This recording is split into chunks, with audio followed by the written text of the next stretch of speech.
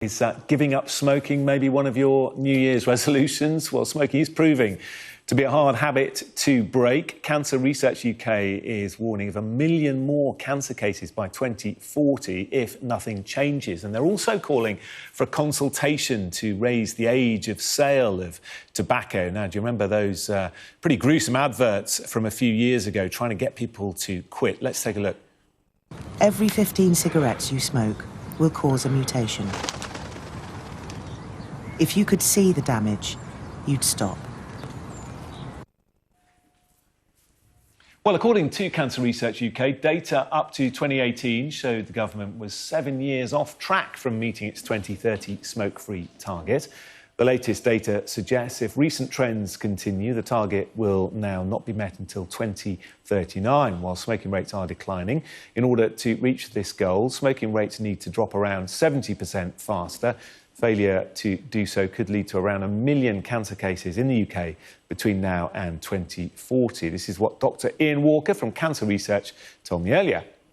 With these kind of preventative measures, we can also reduce significantly the pressure on the NHS, we can reduce the financial burden to the UK economy, and of course, and most importantly, we can reduce the burden of disease to the next generation, to our children.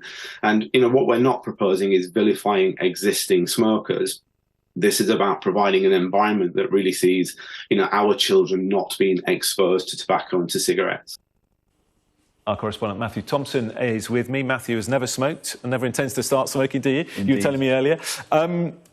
We're talking about smoke-free Britain, aren't we? But it doesn't actually mean nobody will ever smoke again, does it? No, absolutely. So this was a target that the government established in 2019, and it defines smoke-free as being 5% or less of the population smoking tobacco by 2030. So that wouldn't include things necessarily like vaping. In fact, one of the strategies thought to be helpful in getting smoking rates down is to increase the use of vaping, which is obviously not without its own harms, but significantly less than tobacco.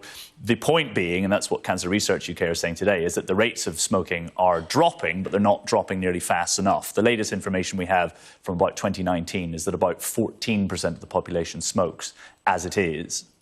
You might remember actually in the summer just gone, there was a government commissioned report into precisely this issue, known as the Khan Review by Dr. Javed Khan. He thought in that report that the government was about 7 years off course for this 2030 target.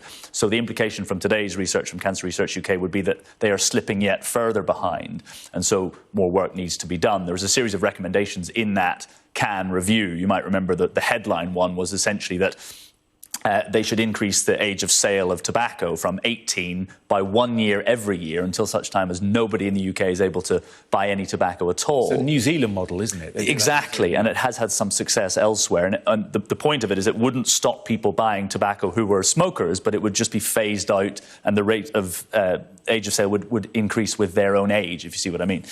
The government has yet to respond to anything that was in the Khan Review, and one of the things Cancer Research UK is saying today is that they need to do so as a matter of urgency. Cancer Research UK says smoking is the largest preventable cause of cancer and death in the UK. You heard Dr. Watkins there say it.